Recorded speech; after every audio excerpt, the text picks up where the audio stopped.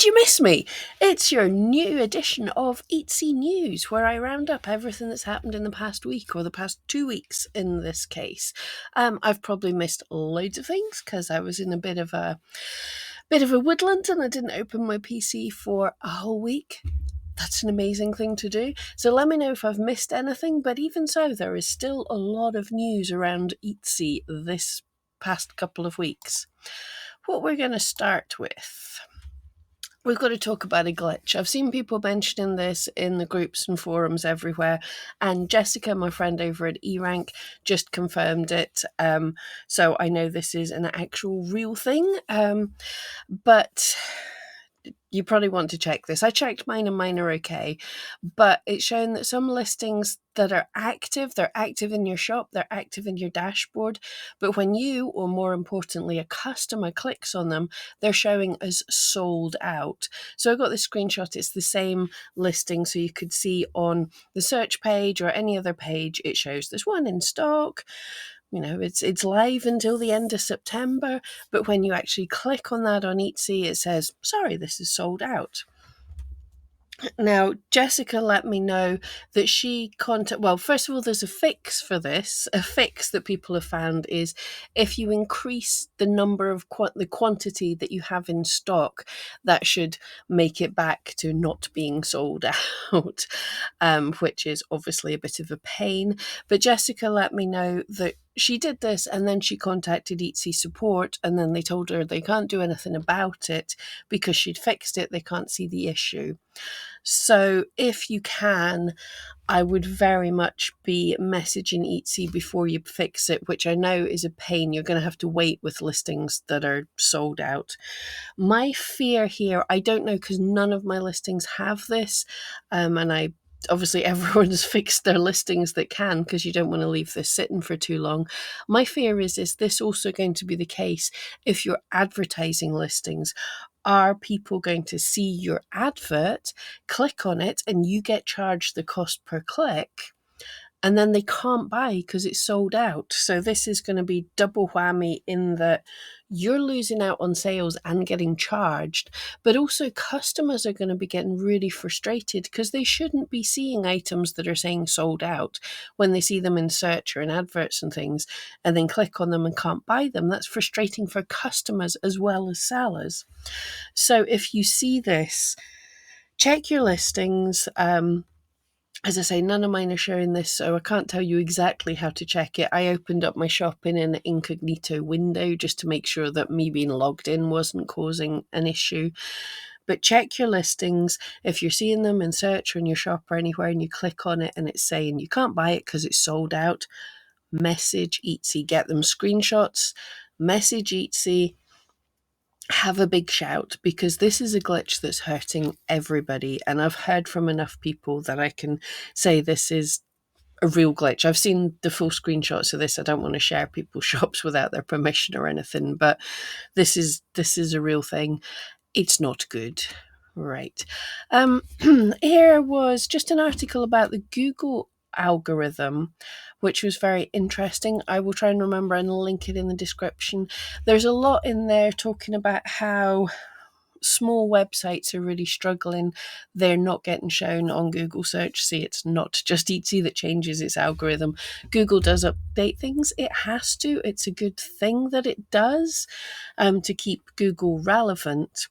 But this is to get rid of the spammy things. When you search for something, quite often, like if you're looking to buy something, when you're looking for reviews of things, you'll get at the top of Google, you've probably found you'll get sites that are basically click farms, really. They're people who haven't bought, know nothing about the products, but they've got an Amazon affiliate or some kind of affiliate thing. So they do a list of a whole load of different really expensive items, because you get more from an affiliate link if it's expensive, run down some of the features and things, but they haven't actually tested them. So I think the Google update was to get rid of these type of things, but it's also hiding some small websites from the people that you want to see. However, at the end of this article, there was an interesting thing saying not all websites have been hurt by this kind of thing. They have found, I think it's Moz, showing the stats from different websites' traffic. They said they've seen Quora and Reddit are showing up a lot, are getting lots of hits from Google. So just an interesting thing. Do as you will. You certainly don't use Quora or Reddit to promote yourself as in, hello, look at me, go to my shop. You'll get kicked off for that. However, you can, ask questions, answer questions, become a bit of authority, drop your link every so often. Just saying, if it's allowed in the certain groups you're in, that might be a possibility. But just to know, sites like Reddit and Quora are getting seen more because Google's finding that's what people are wanting. If you want a review of something, you don't want people who are just dropping their affiliate links. You want to hear from people who've used it. And let's face it, Reddit can be pretty harsh. So if you go and look on there, you're going to get real to harsh reviews rather than everyone blowing smoke. New badge. Oh, this didn't turn out very well, but I haven't seen this yet. I've only heard from a load of people, but enough to know that it's true. Etsy's adding a buy more and save badge. This looks like to listings that you have a variation of buy more than one item and you get a discount. I hadn't even noticed that was in variations. I don't use variations. But if you've got that option, like buy a bundle of 5 for this price and a bundle of 10 for this price, Etsy's given you the option to add a buy more and save badge. It's really weird that you have to manually add the badge and you can only add it on the listings that Etsy tells you can add it on. So it's not, people are telling me that they're seeing they have some listings with that variation option and Etsy's not given the option to add the badge, and others that it's not relevant, so they don't want to add the badge. So the system's not perfect, and I don't get why you have to opt into it if the options are there. Doesn't make sense, but it's a thing. This is all it is. They're saying don't mislead buyers, don't add the badge to listings that don't offer quantity-based discounts. Don't give people the option to add the badge to listings that don't offer that. But anyway, it's not a bad thing. I mean, Etsy have put up forever, free shipping could apply if you buy more, all this kind of thing. So why not buy more and save? Let me know what you think about it. My only issue with it is why give people the option to do it in the wrong places? Because it's not rolled out to everybody. Not everybody has it. Not all listings has it. Is that good English? Probably not. Not all listings have the option for this. So it doesn't make sense, but I don't see it as a horrible thing. If this is something you're offering, why not let customers see it? Okay, and the big complaints that people have been having. The old listing form is going. When you're listing a listing on Etsy for a while now, we've had an option to look at the new listing forum along with the old listing forum. And I would say anytime you're on any website where it offers the option to see what the new thing's going to be, I would definitely play around with it, because there's going to become a day, and it's June the 25th on Etsy just now, that the old thing that you're used to is not going to be available anymore. And if you haven't played around with the new thing and kind of got the hang of it, it's really jarring. Most of us don't like change all that much. We don't like to suddenly have to look and go, oh, how do I do the thing? So I would say definitely dip in and out of it. Etsy will have their reasons for why they've changed it. I know a lot of people are like, if it ain't broke, don't fix it. It probably is broke behind the scenes. There's no way for them to update and evolve things to make them better or something. So they probably needed to change it. So they're saying it's getting better. It's going to be 3 times faster. A lot of people are not finding that. They don't like it at all. But all we can do is let Etsy know what problems we're having with it. Now, a lot of people are freaking out saying they're getting rid of this and they haven't yet sorted out manual translations. So Etsy have said they will add, before they expire the old retire the old listing form, they're going to add manual translations. Why hasn't that been there? Enable your listing to appear on your pattern site. Ditto. Edit a private custom listing in the new form. See and edit all listing states so you can see inactive and expired listings in the new form. So they've had the new listing form for a while. It does kind of annoy me. I think when you roll out a new feature, even, yes, in beta it doesn't have to be perfect, but these are kind of really basic things for your new listing form that have been on the old listing form forever. So they kind of should have had these already, but they've given themselves a deadline. They've got like 25 days to implement all of these things.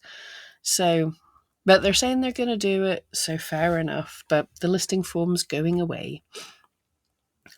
In general, the news on Etsy for the past couple of weeks has been fairly positive, apart from a CNBC video, which I haven't watched yet. I'm going to watch this and do a deep dive into this personally, but it is a negative one, and I just wanted, I'll put a link so people can watch it if they want, but CNBC doing an article that everybody has talked about of what happened to Etsy. So obviously it's not a very positive one.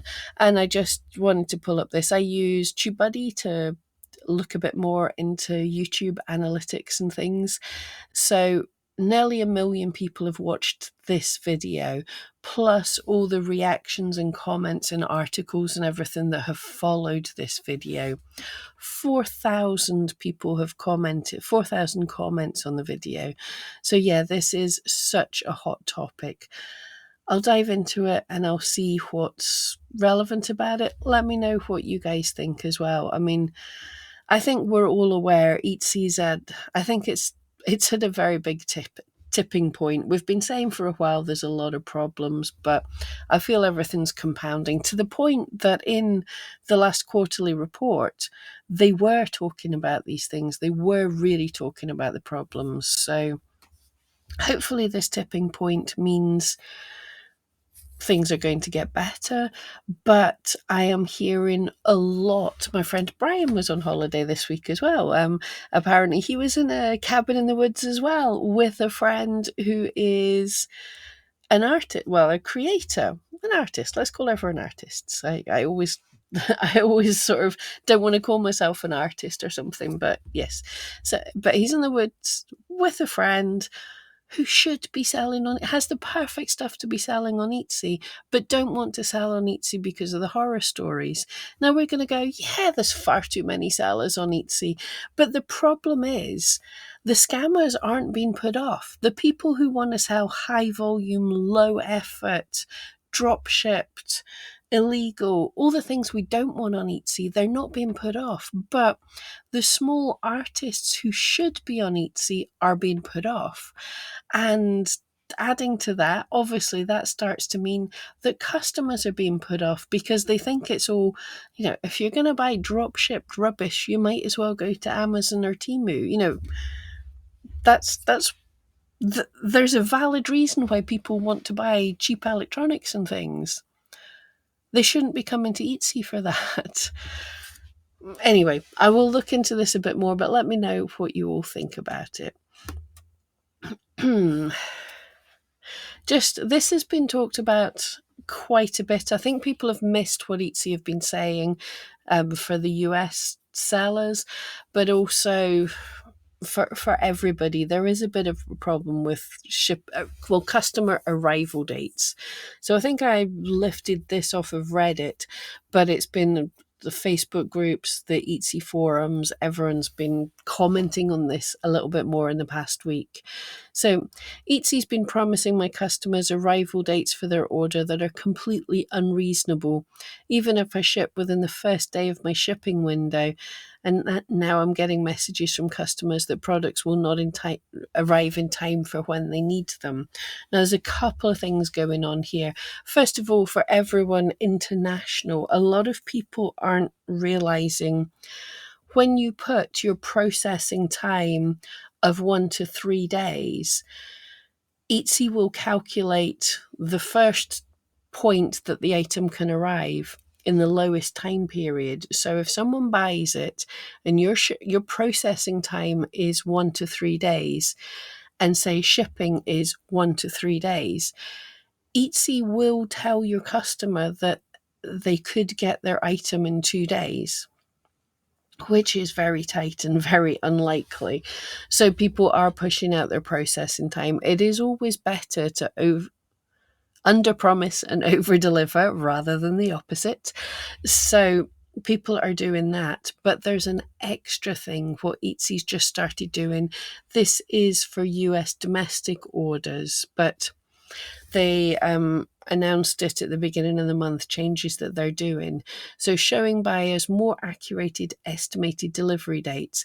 Estimated delivery dates are important to the shopping experience. In fact, shoppers are more likely to buy items that ship faster, even if it's only by 1 day.